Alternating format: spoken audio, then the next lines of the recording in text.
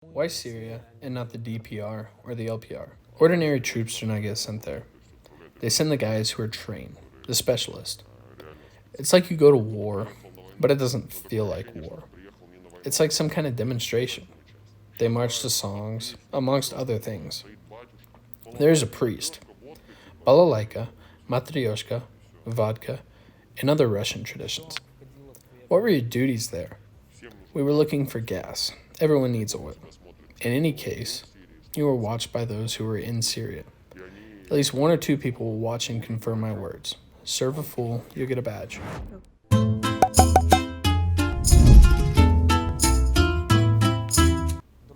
Hello, friends. Today on People Pro channel, we are discussing not on the most ordinary topic, but on the most sensitive one for the entire existence of our channel. We are deliberating today about the military contingent in Syria. Not the little green men, which are not there, but the official Russian presence in Syria. Therefore, the issue is about Syria, and in general, all questions about the conflict in the Middle East, which has been going on since 2011 to present day. The guest of the studio is a direct participant in the fighting in Syria. I can't tell you what his name is, because I choose not to ask. So come on, how did you get to Syria in the first place? And when? How was it? Was it an emergency service? A contract service? How does this happen? As soon as there was an opportunity, after college, to go straight into the military, without passing the urgent service, I chose the path and immediately realized that I wanted to be in the Syrian Arab Republic in order to test my skills and knowledge in this field of medicine. I have a medical degree. I am a nurse with the highest standard of diploma, and decided I wanted to test my knowledge and skills accordingly, and test myself as a man. I went to the military and tried to deploy for a very long time. I tried to file a report, and the report was rejected. I was told to wait. Then, one evening, I got a call and was told that I needed to report to the person who contracts people. Why Syria and not the DPR or the LPR, for example? The DPR and the LPR are not officially sent from the Russian army. The guys who were sent there served with me. I can't tell you the division of the guys we're in. They were sent and were being forced to remove all the insignia of the Russian Federation and burn it before crossing the border. So they left. But ordinarily troops are not sent there. They send the guys who are really trained, really specialist. How did you get to Syria? It turns out that you wrote a report, agreed, and you weren't loaded on a plane and taken to Syria. Yes, it was in the evening. They called me and said report to the unit. I arrived. A man came out from a higher command who I didn't even know, and he asked, "Tomorrow at 6 a.m.? Where should you be?" We replied, "We were to report here." It was a whole group of us. We were all to report here. He said, "That's incorrect. You should be at Cheklovsky Airport. This is a military airport. That's where we would fly from. Some military fly throughout Mazdok. It takes many days to fly through Mazdok. Mazdok is just a transfer area to get to Syria." Mazdok? In North Caucasus? I don't remember the village of the Republic. Yes, that's where it is. People land there and can sit there waiting for days. But we flew on a straight line, 3 hours. I fell asleep. When I woke up, I didn't understand where we were at first, because it's such a decent airport. Palm trees growing. The guy said we're all in Syria. He said, "No, it can't be this, because I feel like we've arrived in Adler." Only 3 hours? Yes, 3 or 4 hours. It's a fast flight. Have you had any experience in the military? You took some courses before going to Syria. Did you at least learn how to handle a machine gun? No, there were no preparations.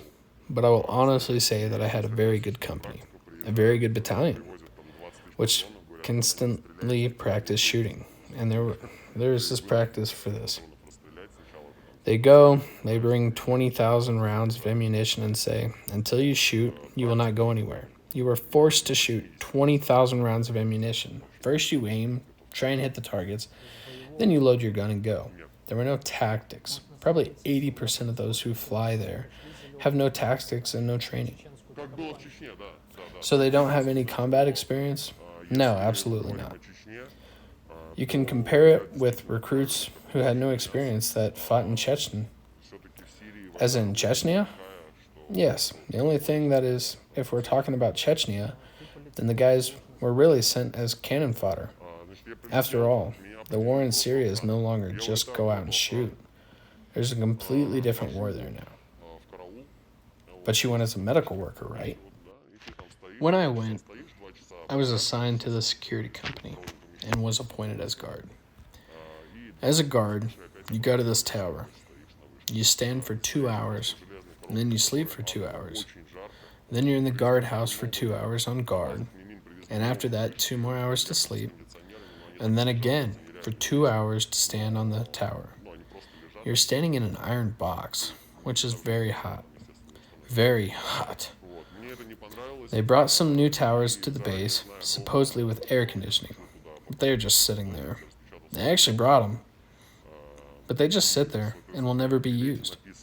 I do not like it, and knowing in advance that I wanted to be there for medical position, I printed out my diploma, my military ticket, and said, my education, and I had nurse written on it.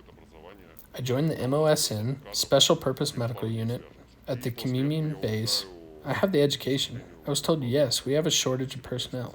We will contact you in a few days. A couple of days later, I flew to a military base near Palmyra. After the several bases there, and I was at one of them. What is Kamim? You have mentioned it several times, and a wide range of viewers do not know what it is. Kamim is a Russian air base, leased on the territory of Syria, Russia. This is one big circus. Why? Because this is a strictly regulated place, where you just live by a set of rules. You arrive at Kamim, you leave the airport, no one even met us. We just sat side by side on our butts and waited for someone to get us. With us, several more groups had arrived. We all sat waiting. No one met us. We didn't know where to go. A pickup truck pulled up and asked the guys who wanted the DSHK, Amphibious Assault Corps. These are guys who are constantly fighting. They are constantly in combat condition and constantly in combat readiness, and shoot accordingly. Several guys expressed the desire. They were loaded into the car and left. It's not clear whether they will die or not. Obviously, I didn't go. In Kamim, you first live in a tent camp. It's called the 13th District because it's an actual ghetto. There are huge tents. A lot of people sleep in them while waiting their transfer. And Kamim is the place where you can't live in peace. It's like you came to the war, but it doesn't feel like war. Some kind of demonstration. You arrived, marched into the dining room in ranks. If not in ranks, a salute was not performed. If you go alone in the dining room for some reason, because you were on duty, there's a corporal, 1 stripe, and you are a sergeant, for example, 3 stripes. The corporal would perform a salute. If he did not perform a salute, he will be punished. He can be sent to clean up or fill up the gibbons. These are square things filled with sand, used to catch fragments if a bomb fails. The fragments will fall into the gibbons. They are stacked like walls, and you are in these walls of sand and 104-degree heat and humidity, 85 to 90%. Kamim stands with the city of Lataki, and Lataki is the coast. You wash your uniform at night, get up in the morning, and it drips with sweat.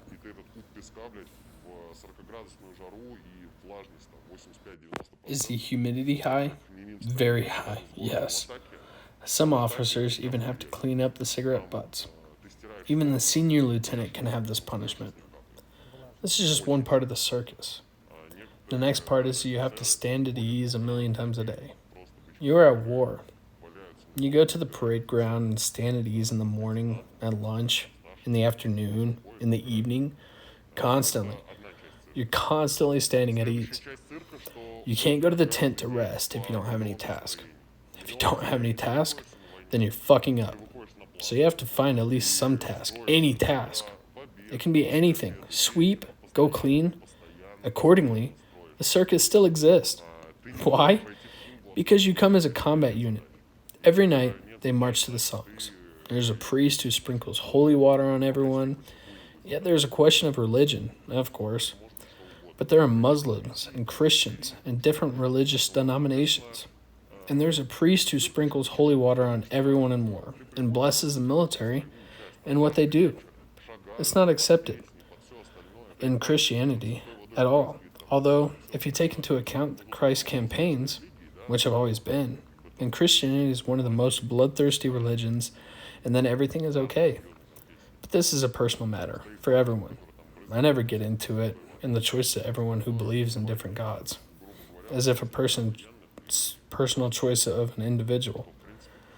In short, the day at the base takes place in the drill hall, and if you mess up there, then you are sent for household work, and therefore they do not want to serve there. Of course, everyone wants to leave the base. Everyone absolutely wants to leave. Everyone who comes there immediately tells you, listen, get the fuck out of here. And there are funny things like guys have served and say, listen, you need to fuck someone. Because I was without a girl for 3 months. And there was a very funny case. A Syrian's friend, the Syrians are called Sadiq. Sadiq and Siraq is a friend. And our guy comes up, Russian speaking more or less. English speaking there are Sadiq. And says you need a shramutka. In Syrian, a prostitute. He says, listen, here there is no one to sleep with. There are no such people. This is one who gives blowjobs. Well, let's do it then. He gave him $50, sits in the kimba, specially designated Syrian kimba. Everyone pays each other there, and the toothless grandfather comes. He says, well, listen, sex will not work. But since he has no teeth, he can make a good blowjob. I've seen things like this here too. Accordingly, the girls there are only an MOSN, Special Purpose Medical Unit. Well, it's your contract. This is my squad. There are girls with low social responsibility who just sell themselves at night for $100. And there was one case. When you leave, you are just completely checked. Everything is checked, so you do not take anything out. And this girl was stopped with bundles of money. And it turned out she worked part-time as a prostitute, in addition to what she earned on a business trip. She took the top bucks. This, again, is a personal matter for everyone. In short, there was a soldier who worked as a prostitute there, right? Yes, that was the case. What were your duties there? When I was sent to the point where I served, it was a small town of 100 people. There was no doctor there. I was assigned to be a doctor. I said, I'm not a doctor, I'm a nurse. I don't know much. They said, in that time you will understand. Everything is fine.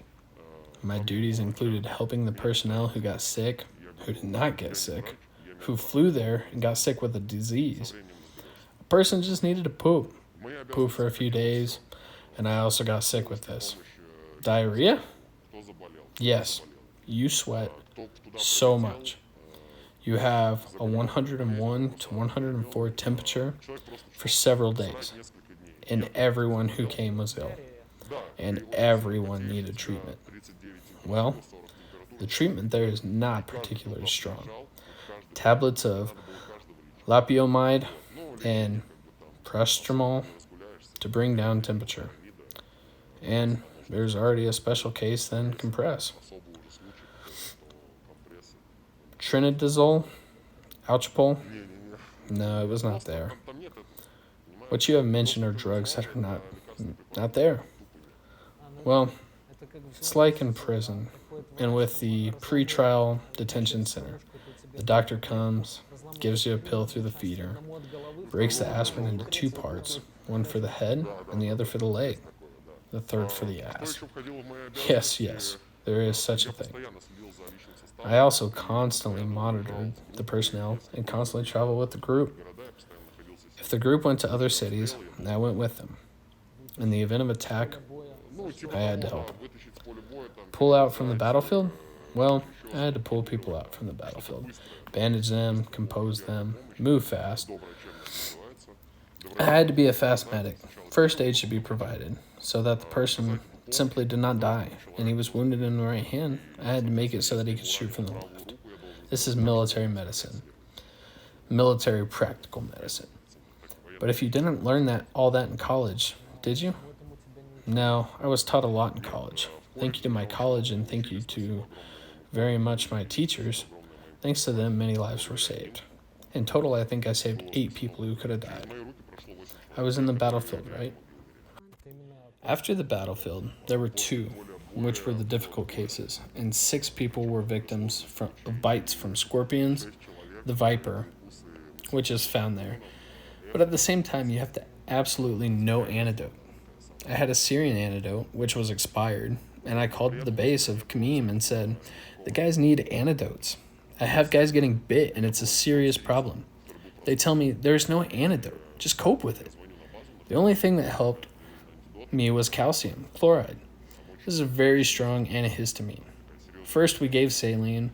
Calcium chloride, if injected into the muscle, causes muscles not to function. It can be injected into the muscle. That's why you inject it into the vein very carefully, which causes you to sweat. From excitement? Yes, I'll show you photos. Here you can see a picture of what my office looks like. It's really small. You can see for yourself. You know the story here is that you don't get drugs that you really need. There just aren't enough of them. I spent half of my salary, which we were given in cash for medicine, to provide for my staff. And where did you get them? In a pharmacy? A Syrian pharmacy? We went to the cities, and these pharmacies I found a Russian-speaking guy in one city. He studied Russian at the first medical college, so he speaks Russian, lives in Syria. We started talking, and I bought everything from him, from Anogen to Tramadol. And what money, I mean, what currency? Lira, the Syrian lira, to the ruble, 1 to 7. But the salary is given you in rubles, and you changed it to lira? No, the salary was given in dollars, close to $300, which is roughly 5,000 or 10,000 rubles. But this is cash? Yes, this is the cash. The rest is put on your card. How much is the rest? How much is the salary? Close to 150,000 rubles per month. What was your rank? Private? No, I'm a sergeant. So a senior soldier, right? Not an officer yet? No, not an officer. After the sergeant, there's an ensign, a senior ensign, and others. How much do officers get? Well, about 200,000 rubles a month. That is, they're there for 3 months. The business trip is signed for 3 months. You can prolong it on the spot if you have a good relationship. You'll be left longer, as I was left. I arrived in the 2nd month. I wrote a request, and I had a great commander, a colonel. He said, no problem, remaining, of course. You mentioned the first attack. How was it in general? One night, I was talking with my father on the phone, on WhatsApp. I called him. I lost service. I called him back. I lost service again. I thought I didn't have enough money for my service. I checked. Everything was in order. I called again. Again, I lost service. Then tracer rounds started flying. This is the cartridge that is visible. A bullet that can be seen when it fires. The air raid alarm goes off, and I know there's going to be a fight. As soon as I get into my house, I hear a bang. I turn around. It's as bright as day, in the middle of the night. I realize that everything is being bombed. I put on a bulletproof vest, take my huge medical backpack because I don't know what will happen. I take the weapon. I put on the unloading accordingly. Unloading is a vest over a bulletproof vest with many pockets, individual tied packages, grenades, and everything else. I put it on and start running to the shelter. Everything is as per the instructions, and the command was to stop everything and meet with the tracer rounds where the drone is flying. The drone gives directions with the laser. The laser has an invisible spectrum for the human eye. The drone flies at an altitude which I do not know exactly, but you don't see it, and it throws off either a guided bomb or it's just a bomb, most likely guided because it flies straight and clearly gets where it needs to be. And while I was running, it was bam, bam, bam, right next to the Russian base. It was either an Iranian or Iraq base, a small one, or they had a warehouse there and they bombed them. But all absolutely had the bombs fell right next to our location. And you don't know if it's going to hit you or not. It's very scary. If you know they're bombing and they aren't bombing you, then whatever. But when they're done, tell you, you don't know what's happening, one bomb in the center and the whole city is over, this is very scary.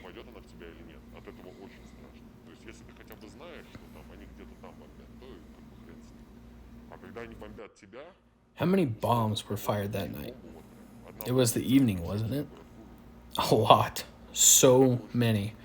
It was the evening, and we were bombed from 10 p.m. to 12 a.m., and that's how the first bombing went.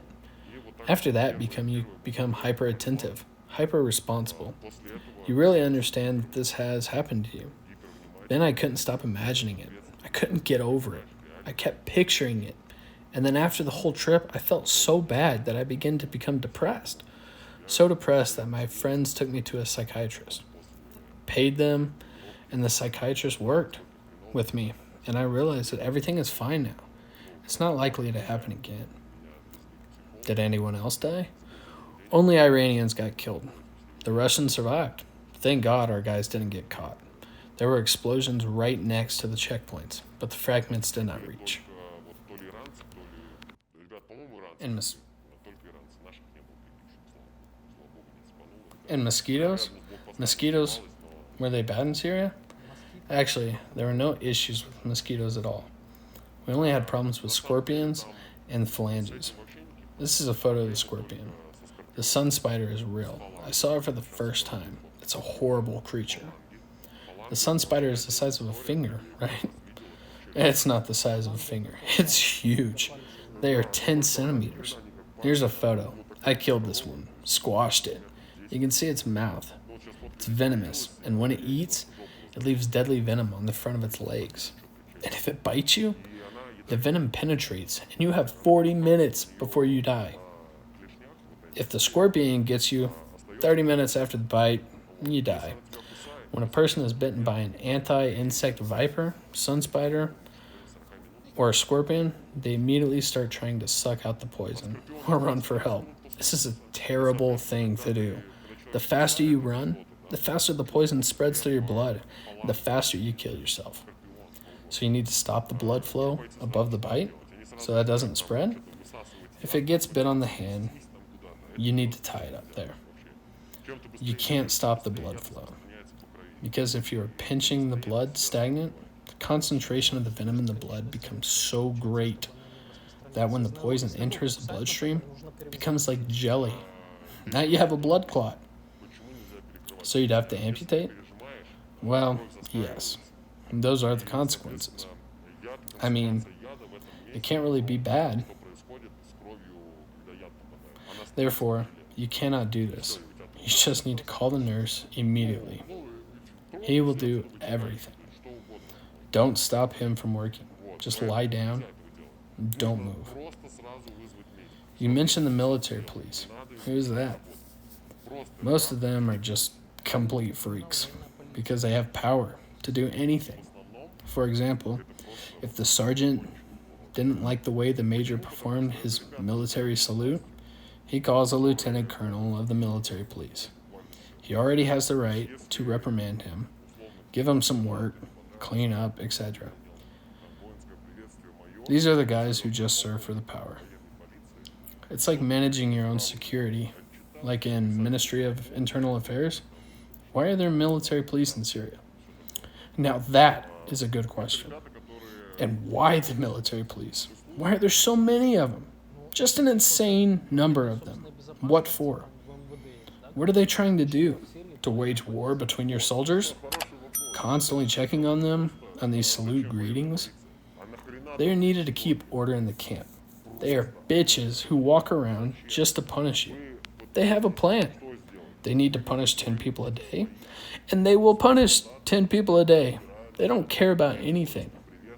Your shoelace are on your shoes, and the first shoelace on the bottom is in the rings, but it shouldn't have been on top? What for? Well, they explain that if you get hurt, you cut this shoelace on top with a knife and easily take off your shoe. Are you a fucking fool? And it's clear why he says that. He has never been in this situation. When you're fired at, you only think about how to survive. You will run anywhere, no matter what's on your feet. You'll crawl. If you don't have hands, you'll use your teeth. You don't care about this shoelace. It's the same thing with your shoes as with your pants in this situation. What is the relationship with the locals? Here you are. What is happening there in general with this situation? Officially, we're there to help the fight against terrorism. Unfortunately, in my opinion, it is obvious everyone needs gas. Everyone needs oil. Some Syrians are not happy with the ones who think and understand why we are there. And they understand perfectly. Thinking people are not happy with us. But the general population is very happy. You go to the store, Sadiq, Russians, they give you gifts. Here, take peaches, take apples. They are constantly giving me beer. Why they fucked up their country is very easy to explain. They are not hard workers at all. They will go to war. The men in Syria now will understand. These freaks sit down to drink matega. Mateg is a glass with tea and pipe iron, and they start to feel high. I don't know. I tried it. I don't get high. And when there's a battle, he needs 20 minutes to sit and drink mateg. So you will be there, first to the fight. You will run into battle before him for his own country. And what will he do? He will go, take his mattress, pillow, mateg, and leave. Everything. You see, that's how they fucked up their country. So do you need to buy an M16 or a Glock? Or are you able to fight with your Soviet Russian weapons? We are not at war with our own. But if you need something, you'll buy it yourself. If you're not in Khmeim, if you arrive in Khmeim, you immediately get grenades. Immediately. 2 offensive, 2 defensive, 2 ARGD, 2 F grenades. Ammo if you need it. You get many weapons. I had an RPG and long grenades. And this is done to ensure that if we are attacked, then at least we have something to fight back. If I were a prisoner of war, I would do as the hero of the Russian Federation, Roman Filipov. Roman Nikolaevich Filipov, Russian military pilot, major. He was killed on February 3rd, 2018, while performing a mission in Syria. He was shot down in a plane, was surrounded by militants, was seriously wounded, and blew himself up with a grenade with the words, "This is for you guys."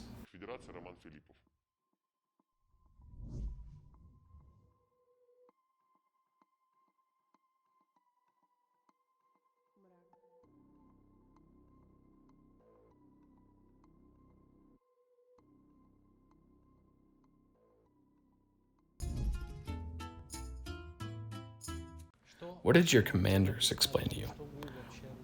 What are you Russian doing there? Why do people go there? For the money? You go there to collect your 500,000 rubles and that's it. In order to pay the loan, put a fence on the house, etc. And few people wonder why we are there. What are we doing here? What would the officer say? He says we are helping, fighting terrorism. Well, do you formulate this yourself? The men fighting there are militants. Initially, it really was the same holy war of jihad. There really was one. The guys who were going for the truth. They went because they were oppressed there. But when was that? Versus Assad? No, not against Assad. It all started a long time ago. This war lasts forever. That was a long, long time ago. Now the militants are going against Assad. Why? Because the guys just make money of it. Muslims are simply recruited, cheated out of money, told that we will pay you. This is a holy war. For me, the guys are fighting there and are being deceptive. Don't go there. This is not a war for something sacred. It is a war for natural resource, and that's it. And those who are head of ISIS, Tahrir, terrorist organization, a lot of them, yes. They are banned in the Russian Federation. The leaders of all these organizations are just millionaires who stupidly earn money. It's called the al-assad Front, the Al-Qaeda branch. Yes, there are a lot of them. They occupy the area near the road, carry oil, take oil, sell it back to Assad. I mean, they forcibly take and sell oil. This is a war for getting rich, and that's it. Some Muslims think that everything is simple. Unfortunately, it's not so simple. I have a very positive attitude towards all faiths, religious denominations, but since Muslims are my close friends, very close friends, and I know more about the war, I tell all the guys there, there's no war for something sacred. This is a war for money. Of course, no one says anything on TV about anything. If you're watching TV right now, it's about the coronavirus, the closing and opening of borders, and everything else. There's so much social media that post information about what happens in Syria. Go to them, take a look. This is a constant war going on there, which will never end, and our soldiers will die there. Who will then be reimbursed $26,000 or $66,000 to their parents? But why do you need money if you don't have a son anymore?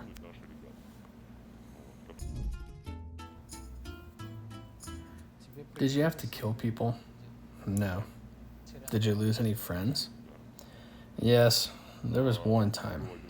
I had tea with the guys. After they left, they didn't return. This is all difficult to accept. You just saw them sitting there, talking. 20 minutes later, you come out, they're dead. I just sat with them alive, but now they're dead. Where do they bury the soldiers? Are they being sent home? Yes, they're buried in zinc coffins and sent home.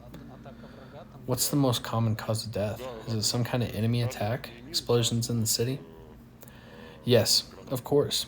They even dropped grenades on Khmeim. There was a month that a drone flew by and a few pieces fell. All you heard was shh, bullets hitting the drone. Bam! The drone was gone. So your air defense is shooting down threats? Yes. The air defense on Khmeim works well. What does PMC Wagner do? I remember from internet sources that Wagner is their creator, right? Call sign creator, yes. That makes this a private military company, PMC, in Syria. Yes, PMCs are mercenaries who fall under this article. But I don't know how they are connected with the government. They aren't caught. Nobody does anything about it. They are sponsored by a very well-known Russian organization of national treasures. Anyone smart will understand. I will not explain to a fool. Our national treasure sponsors the PMCs, and the PMCs agree. PMCs fight there all the time. So if the Russian military is not involved in conflicts and battles, then PMCs are involved. They clean up cities. They're constantly killing people. They're always in shootouts. They're regularly fighting there. And if some Russian soldier comes and says, yes, I fought there, then at most he gets into shootouts, just like me. You didn't even actually do anything. You were just there. I saw the Russian military from the inside. They say that my nephew has returned and fought. Yes. What kind of war did he fight there? What can you do? You did the most in ranks. Well, yes, maybe a couple of times you came under fire, but nothing serious. Of course it's scary. Of course it's bad. But what can you do? And the PMCs are constantly fighting there. They really kill each other, and they have serious losses. Well, if I understand correctly, there is nothing particularly terrible in the service in Syria, right? Well, it depends on what is considered terrible. Risk of dying? Yeah, there is a risk of dying. The risk is just 50%. Lucky or unlucky. You can die there from anything. You can get poisoned. They can shoot you. Anything can happen. Is there a clash with the Americans, for example? With the Kurds? With the Americans, in general, the hotel story is interesting. There's a rumor that Americans themselves are preparing demolition guys, suicide bombers. And this is not a fallacy. This is something I know because there was an incident with our friends that were roaming the streets. And they intercepted a guy who wanted to blow himself up. They tracked him and led him to the U.S. military base, and it's unclear what happened next. Everyone is fighting there against everyone. I have not personally met with the Americans, and let's just say, for the sake of law, that this story was a lie.